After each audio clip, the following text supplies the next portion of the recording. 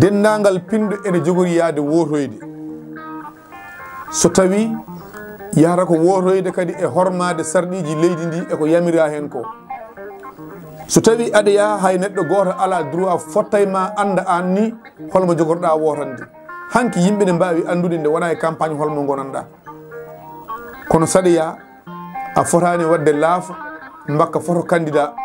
a fotani wadde wutti mum a fotani wadde lefol mum e dande a fotani wadde brasale muɗum ɗum ɗon noon so tawi a yiiɗa kartal ma ngal bona wote ma o bona walla kaliɗa wodde saɗa ya waɗ neutre ñanton no ñantortoɗa ni saɗa ya dewgal e saɗa ya inde sa naati isoloir goota yimɓe fof kay ne gandi omo ganduɗa kañum woni baɗɗo candidat présidentiel wotanta ko hoore mum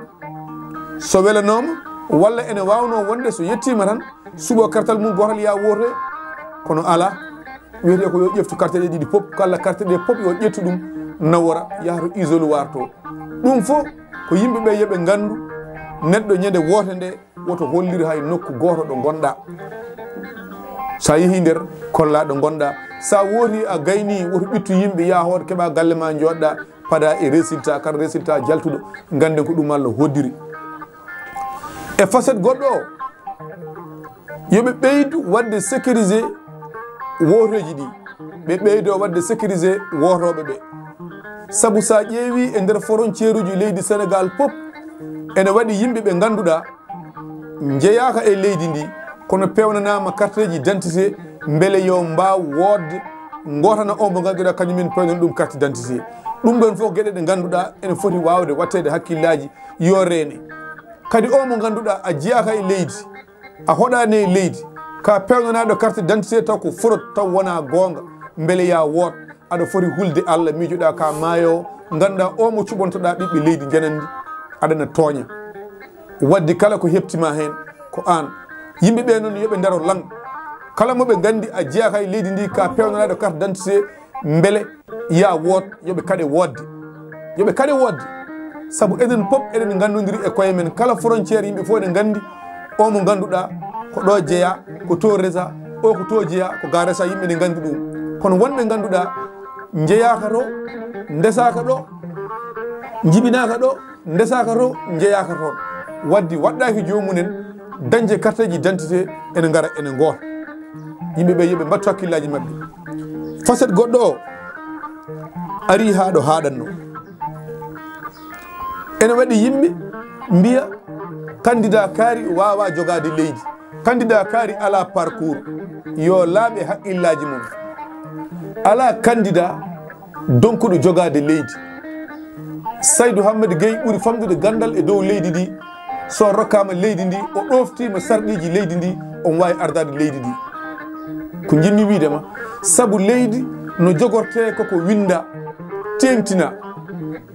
naggam ko naggam waɗirte kala kaɗa waɗa koko winda tengtina waɗana ko luwaji no yimɓe nomirte no projet ji dokkirte no marché ji keɓirte fof koko winda ene joƴƴina kala ko neɗɗo waɗi hen goɗɗum ko wona ɗum ko kañum teyi kono ala donkuɗo jogade leydi kala nunɗuɗo hay sinno a wawa anda bi a anda ba sa tonguima e sarɗiji leydi ndi no jamiri yo leydi jogore ni ko jaam tan dañata leydi ko jaam tan dañata waddi ala président donkuɗo jogade leydi aɗa wawi wasde nunɗude noon sa nunɗani aɗa wawi wadde hen hunde kala ko welma kono leydi no jogorte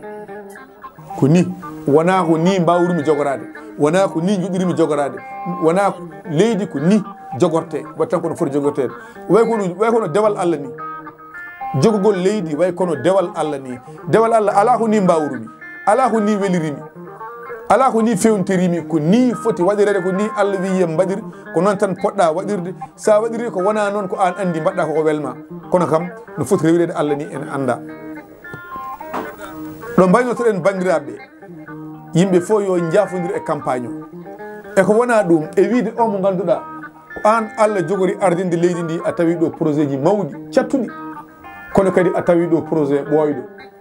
gila 1991 ha 2024 33 ans projet mo ganduɗa ɓeɗo wiyeteɓe ko les Jambar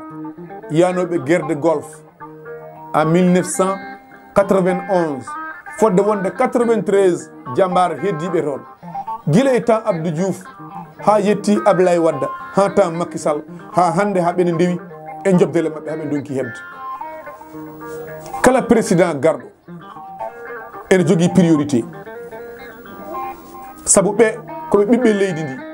non seulement wonde ɓe ɓiɓɓe leydi ndi kono kadi koɓe dariɓe lang yeyde pitali mabɓe gam rende ɓiɓɓe leydi mabɓe wadde kala force de l'ordre kala policier kala gendarme kala militaire kala douane kala mo ganduɗa o ko ɓiɓɓe leydi ndi ndenata ka baɗɗo engagé o aɗa rena ɓiɓɓe leydi ndi ka poɗɗo hebde haqqe ma ha timma kala ko mbawɗa wonde wawa wonde fodde wonde duuɓi 33 ans yimɓe yo jaa mbaɗa ko poti wadde Allah waɗa pittali munen keddo toon ha ɗo ɗo yarete ronke yo kalisaji munen jaltu won hen artunoɓe tawni hande natti wodde won hen wurɓe ha hande jomumen nene mbaɗɗa taɗo yirillo kala bawɗo rokkede leydi ene foti wawde hormade ɓe ganduɗa kañumen goni force de défense et de sécurité ene foti wawde hormade ɓe saabu kamɓe jogui leydi ndi ɗon ɗo directeur yoɓete million ngaji ɗon ɗo ministére yoɓete million ngaji ɗon ɗo PSA yoɓete million ngaji ɗon ɗo soi-disant chargé de mission yoɓete ujunnaji limtinde kamɓe poti wawde yoɓede ɗon kono en jeeyi ha en ganduɗa en ganda ko poɗɗen wadde wona en ganda batten koko weeli en pour wadde recassé clientèle politique bandiraɓe oɗon jarlo oɗon jaafo enen kala en mbi vive le Sénégal élection o waɗata ko le 24 mars 2024 yo Allah rokku en ɓurɗo e leydi ndi yo Allah rokku en jurmutoɗo leydi ndi mo ɓurani e leydi ndi yo Allah rokku ɗum goɗɗum ko ɓuure mum Allah hokka en ko ɓurani men vive le Sénégal.